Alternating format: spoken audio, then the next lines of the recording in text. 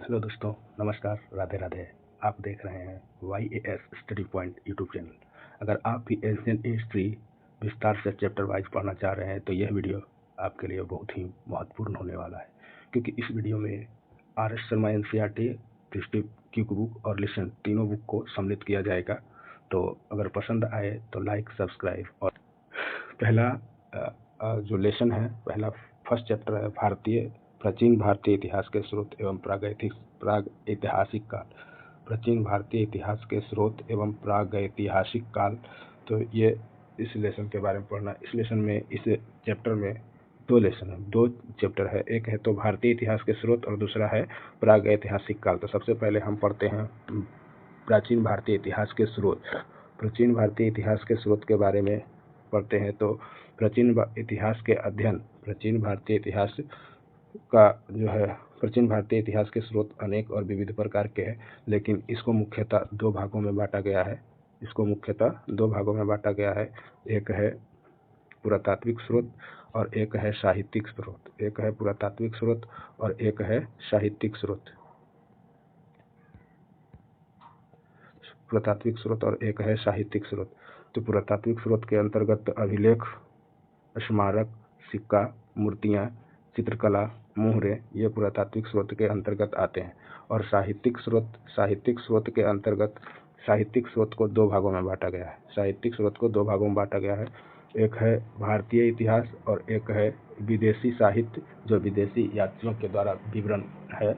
मतलब जो विदेशी यात्री समय समय पर भारत आते हैं, यूनान एवं रोम के लेखक आए हैं, चीनी लेखक आए हैं, अरबी लेखक आए हैं। तो इन लेखकों, जो लेखक है समय समय पर आए तो वो अपना विवरण दिए, तो उनके आधार पे भी ये जो पुरातत्व प्राचीन भारत के इतिहास के स्रोत जो है। और दूसरा कैटेगरी इसका है भारतीय साहित्य। भारतीय साहित्य को भी आगे तीन भागों में बांटा गया है। एक है धार्मिक साहित्य, एक है धर्मनिरपेक्ष साहित्य और एक है संगम साहित्य। तो संगम साहित्य, धार्मिक साहित्य और धर्मनिरपेक्ष साहित्य। धार्मिक साहित्य को भी आगे अलग अलग भागों में बांटा गया है। धर्मनिरपेक्ष साहित्य को भी अलग अलग, मतलब इसका भी कितना प्रकार है, और संगम साहित्य भी, इसका भी आगे प्रकार है। तो सबको बारी बारी से हम पढ़ेंगे। तो सबसे पहले हम पढ़ते हैं पुरातात्विक स्रोत के अंतर्गत। सबसे पहले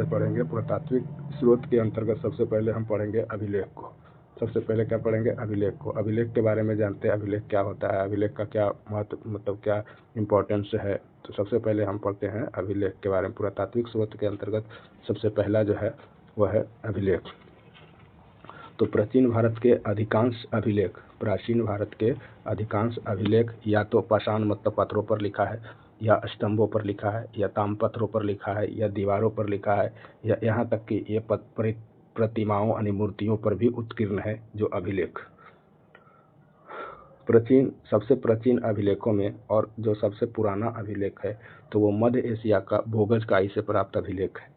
सबसे प्राचीन अभिलेख जो है वो मध्य एशिया से प्राप्त जो है भोगज कोई से प्राप्त अभिलेख है।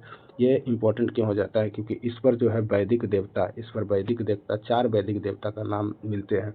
एक मित्र, वरुण, इंद्र और नासत्य, ये इन चार वैदिक देवताओं के नाम जो है ये मध्य एशिया के जो सबसे प्राचीन अभिलेख बोगस कोई से जो प्राप्त हुआ है उस पर मिलते हैं। और इसका इम्पोर्टेंट इसलिए भी है क्योंकि इस अभिलेख से ऋग्वेद की तिथि ज्ञात करने में मदद मिलती है। इस अभिलेख से ऋग्वेद की तिथि भी ज्ञात करने में मदद मिलती है। भारत में सबसे प्राचीन अभिलेख जो है वो अशोक के। भारत में सबसे प्राचीन अभिलेख किसका है? अशोक के, जो लगभग 300 ईसा पूर्व के लगभग 300 ईसा पूर्व के है। और एक विद्वान हुए, एक इतिहासकार हुए जिनका नाम है D.R. भंडारकर। ऐसे इतिहासकार हुए जिन्होंने केवल अभिलेखों के आधार पर ही अशोक का इतिहास लिखने का सफल प्रयास किया।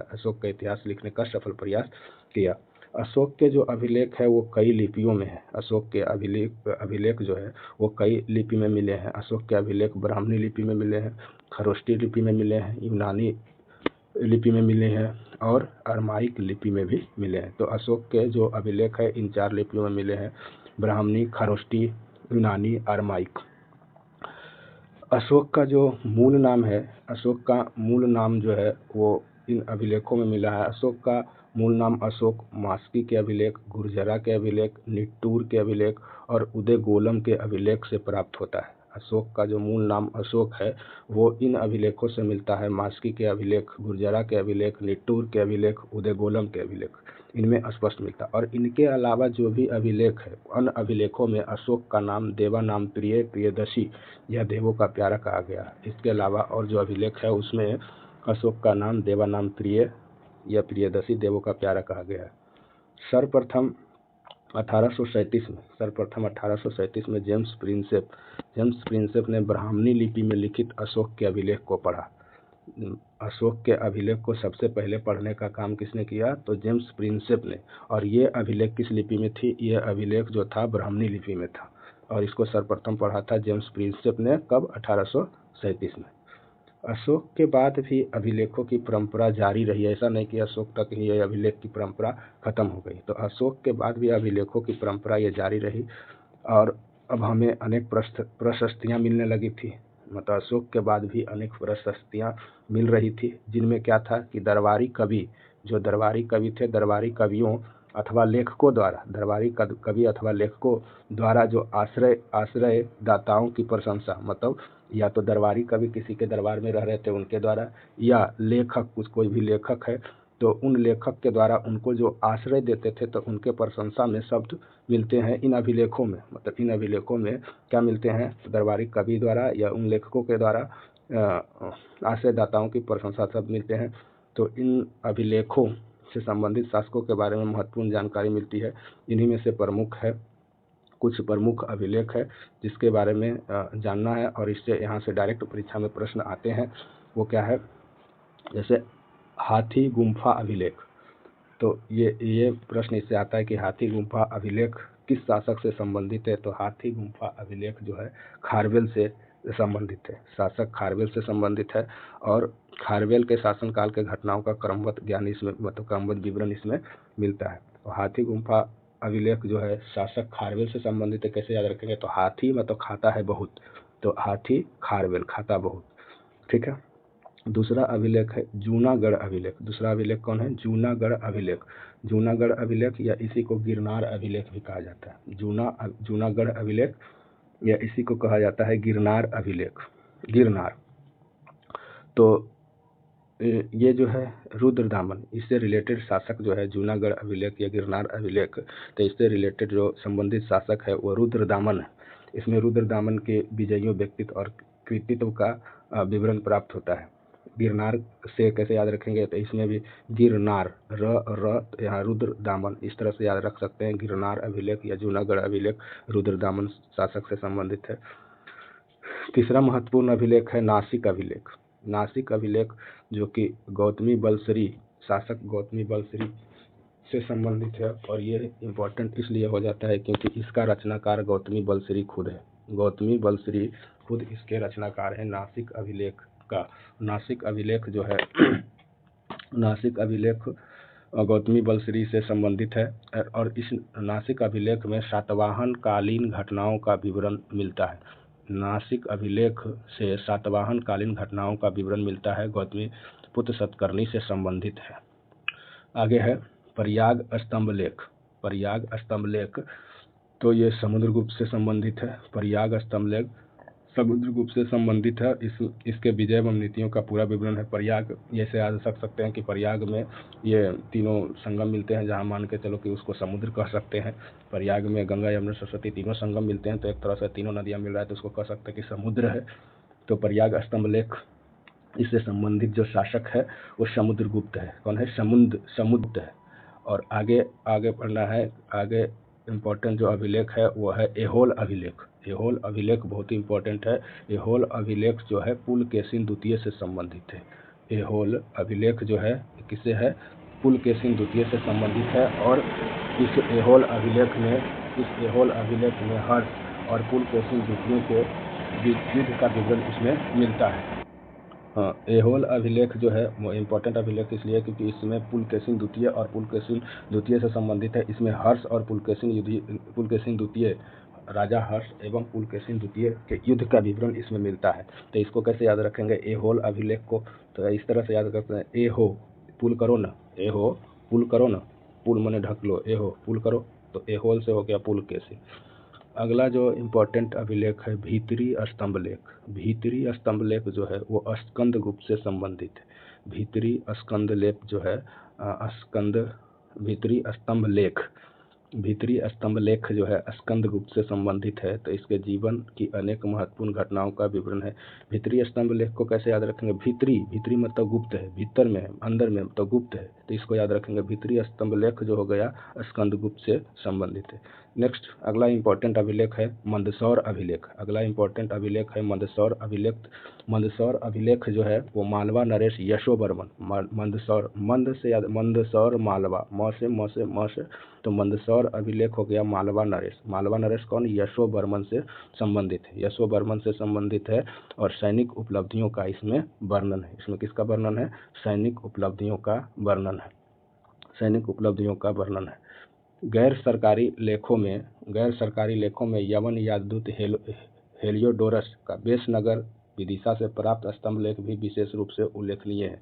गैर सरकारी लेखों में यवन राजदूत हेलियोडोरस का जो है बेसनगर, जिसको कहते हैं विदिशा, बेसनगर विदिशा का अभिलेख भी जो है वो विदिशा से प्राप्त गरुड़ स्तंभ लेख, विदिशा से प्राप्त गरुड़ स्तंभ लेख जो है विशेष रूप से उल्लेखनीय है।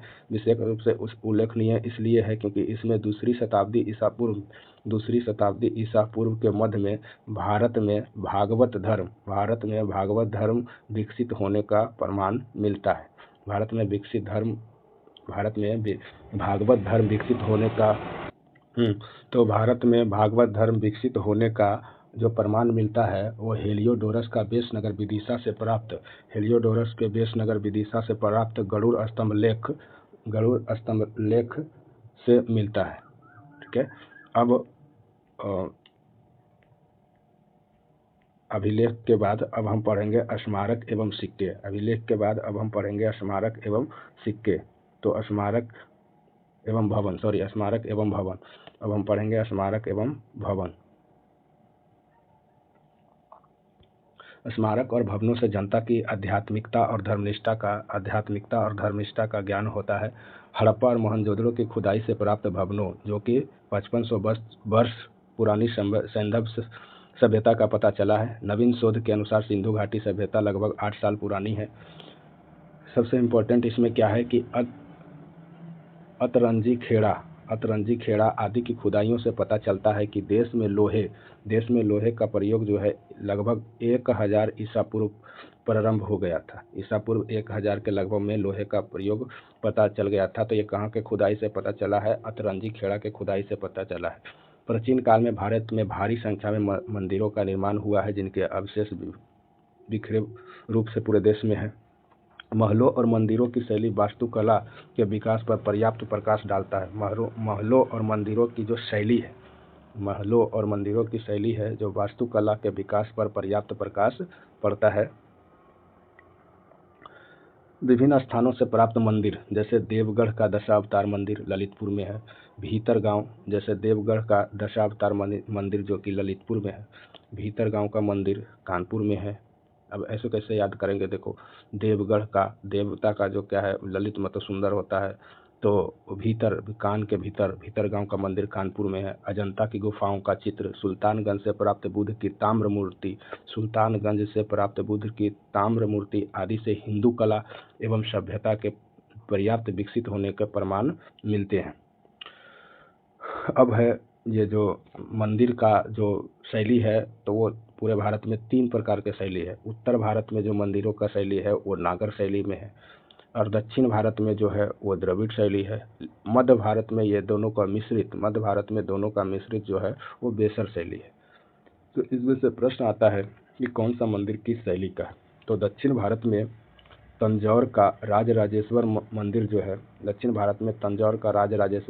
है वो द्रविड़ शैली में, तथा उत्तर भारत में जो खजुराहो का कंदरिया महादेव जो है वो नागर शैली का उत्कृष्ट उदाहरण है। भारत के अतिरिक्त दक्षिण पूर्व एशिया के अनेक द्वीपों से हिंदू संस्कृति से संबंधित स्मारक मिले हैं। भारत के अतिरिक्त दक्षिण पूर्व एशिया के अनेक द्वीपों में हिंदू संस्कृति के से संबंधित स्मारक मिलते हैं। इनमें मुख्य रूप से जावा के बोरोबुदुर स्तूप जो महायान बौद्ध स्तूप से संबंधित है, कंबोडिया के अंकोर वाट मंदिर का उल्लेख किया जा सकता है। ये था स्मारक एवं भवन।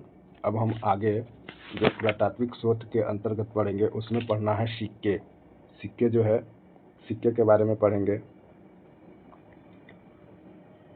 तो सिक्के जो है अभिलेख, स्मारक और भवन के अतिरिक्त, अभी हम लोग पढ़े अभिलेख, स्मारक, भवन के अतिरिक्त प्राचीन राजाओं द्वारा ढलवाए गए सिक्के, जो पुराना राजा थे उनके द्वारा सिक्का ढलवाया गया, तो इससे भी प्रचुर ऐतिहासिक जानकारी मिलती है। मतलब सिक्कों से भी बहुत जानकारी मिलती है। इसलिए जानकारी मिलती है क्योंकि उस पर अलग अलग तिथि खुदा हुआ है, तो किसी में राजा अपना खुद नाम लिखवाए हैं, तो मतलब अलग अलग जो है, तो इसके वजह से प्राचीन जानकारी, उससे ऐतिहासिक जानकारी प्राप्त होता है सिक्के से।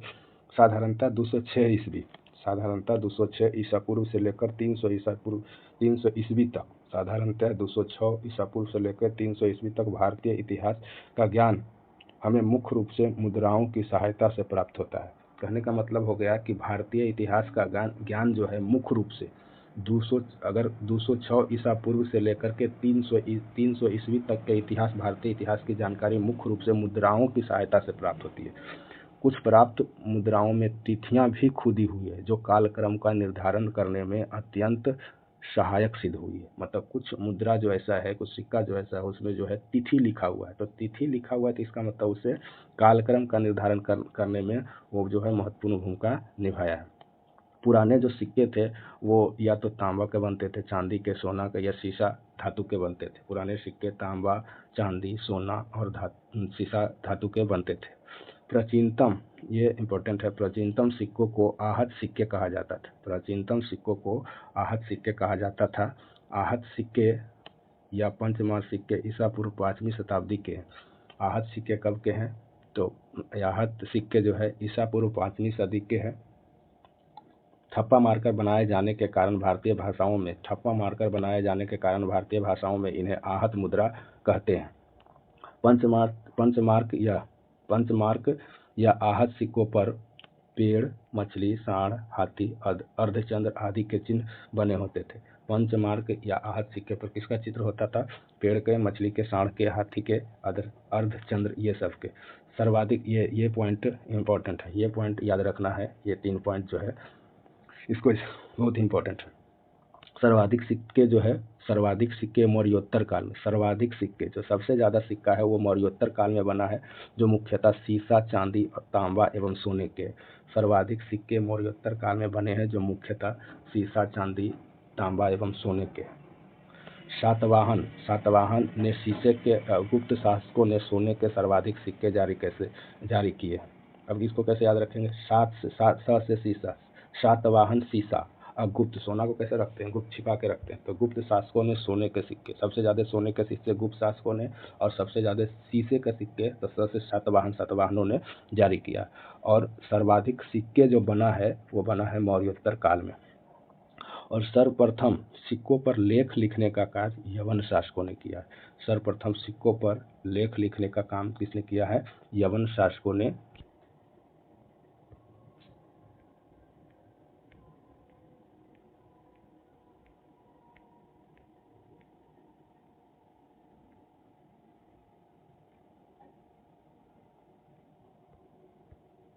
नेक्स्ट, ये भी पॉइंट इंपॉर्टेंट है। समुद्रगुप्त की बीना बजाते हुए मुद्रा वाले सिक्के उसके संगीत प्रेमी होने का प्रमाण मिलता है। मतलब समुद्रगुप्त जो है वो मतलब बीना बजाते, उनके सिक्के पर कैसा है? बीना बजाते हुए चित्र मिलता है समुद्रगुप्त के सिक्के पर। तो इससे पता चलता है कि वो संगीत प्रेमी थे। तो यही लिखा हुआ है कि समुद्रगुप्त की बीना बजाते हुए मुद्रा वाले सिक्के से उसके संगीत प्रेमी होने का प्रमाण मिलता है। सिक्कों के अध्ययन को न्यूमिस्मेटिक्स कहा जाता है। सिक्कों के अध्ययन को न्यूमिस्मेटिक कहा जाता है। अब नेक्स्ट जो है पुरातात्विक स्रोत के अंतर्गत हम पढ़ेंगे मूर्तियाँ। पुरातात्विक स्रोत के अंतर्गत नेक्स्ट जो पढ़ना है वो पढ़ना है क्या है? मूर्तियाँ। तो प्राचीन भारतीय इतिहास में मूर्तियों का निर्माण कुषाण काल से आरंभ होता है। प्राचीन भारतीय इतिहास में मूर्तियों का निर्माण कुषाण काल से आरंभ होता है कुषाण कालीन मतलब प्राचीन भारतीय इतिहास में मूर्तियों का निर्माण जो शुरू हुआ है वो किस काल से हुआ है? कुषाण काल से हुआ है। कुषाण कालीन मूर्तियों पर वैदेशिक प्रभाव है, मतलब कुषाण कालीन जो मूर्ति है उसमें विदेशों का प्रभाव है, जबकि मथुरा कला का जो मंदिर है, मथुरा कला का जो मूर्ति है वो पूर्णतः स्वदेशी है। ठीक है, कुषाण मतलब प्राचीन भारतीय इतिहास में अगर मूर्ति का निर्माण शुरुआत हुआ है तो कुषाण काल से हुआ, लेकिन कुषाण काल के मूर्तियों पर विदेशी प्रभाव, वैदेशिक प्रभाव है, जबकि मथुरा कला जो है वो स्वदेशी है। अब कुछ मूर्तियां के बारे में है कि भारहूत, बोधगया, सांची, अमरावती की मूर्ति कला में जनसाधारण के जीवन की अति सजीव झलक देखने को मिलती है। भारहूत हो गया, बोधगया, सांची, अमरावती, इन स्थानों के तो भारहूत, बोधगया, सांची, अमरावती की मूर्तियां में जनसाधारण के जीवन की अति सजीव झलक देखने को मिलती है। नेक्स्ट ये जो पुरातात्विक स्रोत के अंतर्गत अगला जो है वो आगे हम लोग पढ़ेंगे चित्रकला। चित्रकला के बारे में पढ़ेंगे। पुरातात्विक स्रोत के अंतर्गत चित्रकला जो है, चित्रकला अजंता के चित्रों में मनोभाव, अजंता के चित्रों में मनोभावों की सुंदर झलक मिलती है। ये अजंता की चित्रकला में माता और शिशु तथा मरणासन राजकुमारी जैसे चित्रों से गुप्त काल की कलात्मक उन्नति का पूर्ण आभास होता है।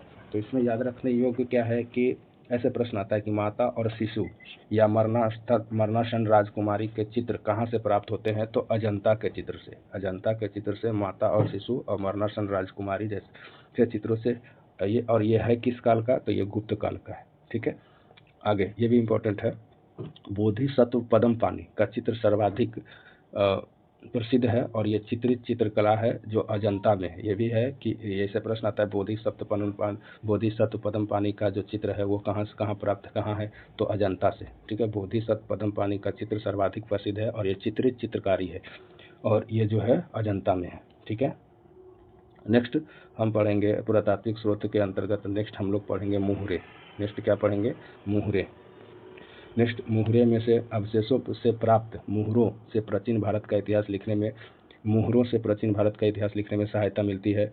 मुहरों में व्यापारिक, धार्मिक, आर्थिक जीवन के बारे में पर्याप्त जानकारी प्राप्त होती है। हड़प्पा, मोहनजोदड़ो, बसाड़ से प्राप्त मिट्टी के मुहरों पर बने धार्मिक प्रतीकों, उनके धार्मिक अवस्थितियों का ज्ञान होता है। कहने का मतलब हुआ कि हड़प्पा, मोहनजोदड़ो और बसाड़ से प्राप्त जो मुहर मिला है, मिट्टी के मुहर, उसमें धार्मिक प्रतीक है। तो इससे पता चलता है कि लोग में धार्मिक भावना था, लोगों में धार्मिक अवस्थितियों का ज्ञान होता है। अब नेक्स्ट इसमें साहित्यिक स्रोत पढ़ना है। पुरातात्विक स्रोत के अंतर्गत जो पुरातात्विक स्रोत था वो पुरातात्विक स्रोत पढ़ लिए। अब हमें पढ़ना है साहित्यिक स्रोत। साहित्यिक स्रोत के अंतर्गत धार्मिक साहित्य और लौकिक साहित्य का अध्ययन करते हैं। धार्मिक साहित्य में ब्राह्मण और ब्राह्मणेतर ग्रंथों की चर्चा की जाती है। ब्राह्मण ग्रंथों में वेद, उपनिषद, रामायण, महाभारत, पुराण, स्मृति ग्रंथ आते हैं। ब्राह्मण ग्रंथों में वेद, उपनिषद, रामायण, महाभारत, पुराण तथा स्मृति ग्रंथ आते हैं, जबकि ब्राह्मणेतर मतलब ब्राह्मण ग्रंथ को छोड़ करके जो ग्रंथ आते हैं वो बौद्ध तथा जैन साहित्यों से संबंधित रचनाओं का उल्लेख किया जाता है। फिर लौकिक साहित्य में ऐतिहासिक ग्रंथों, लौकिक साहित्य जो है ये धार्मिक साहित्य था। अब है लौकिक साहित्य ग्रंथों में जीवनियों, यात्रा वृत्तांत, कल्पना प्रधान गल्प साहित्य का वर्णन किया जाता है। अब इनका अलग अलग विवरण निम्न प्रकार से है। सबसे पहले पढ़ेंगे ब्राह्मण साहित्य, और ब्राह्मण साहित्य में पढ़ेंगे वेद। ब्राह्मण साहित्य में क्या पढ़ेंगे? वेद। वेदों के द्वारा प्राचीन आर्यों के सामाजिक, आर्थिक, धार्मिक एवं राजनीतिक जीवन के बारे में पर्याप्त जानकारी मिलती है। वैदिक युग की संस्कृति दशा के ज्ञान का एकमात्र स्रोत वेद है। वैदिक युग की सांस्कृतिक दशा के ज्ञान का एकमात्र स्रोत क्या है? वेद है। वेदों की संख्या कितनी है? 4 है। वेदों की संख्या कितनी है? 4 है। ऋग्वेद, यजुर्वेद, सामवेद, अथर्ववेद। वेदों की संख्या 4 है। ऋग्वेद, यजुर्वेद, सामवेद, अथर्ववेद। इनमें ब्रह्म ज्ञान, धर्म, समाज निष्ठा, औषधि। वेदों में कह रहा है, वेदों में क्या है कि ब्रह्म ज्ञान, धर्म, समाज निष्ठा, औषधि प्रयोग, रोग निवारण, जादू टोना, तंत्र मंत्र आदि अनेक विषयों का वर्णन किया गया है वेदों में। अथर्ववेद का एकमात्र ब्राह्मण ग्रंथ है। अथर्ववेद का एकमात्र ब्राह्मण ग्रंथ क्या है? गोपद है। अथर्ववेद का एकमात्र ब्राह्मण ग्रंथ क्या है? गोपद है। और अथर्ववेद के उपनिषद जो है वह है मुंडकोपनिषद, प्रश्नोपनिषद तथा मांडलिकोपनिषद। ये अथर्ववेद के 3 महत्वपूर्ण उपनिषद है।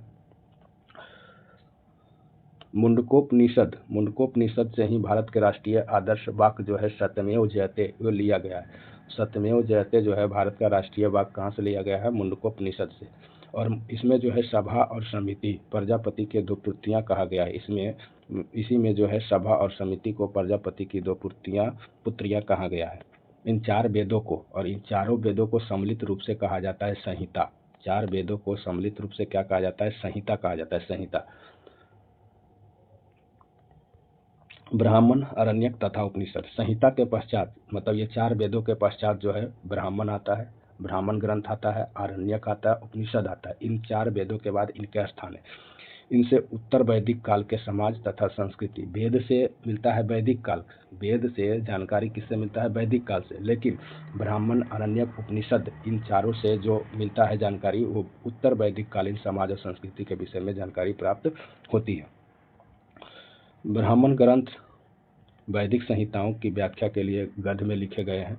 प्रत्येक संहिता के लिए अलग अलग ब्राह्मण ग्रंथ लिखे गए हैं। ऋग्वेद के जो ब्राह्मण ग्रंथ है, ऋग्वेद के जो ब्राह्मण ग्रंथ है वो ऐतरेय एवं कौशिकी ब्राह्मण ग्रंथ है। प्रत्येक ग्रंथ का अलग अलग ब्राह्मण ग्रंथ है। उसमें से ऋग्वेद का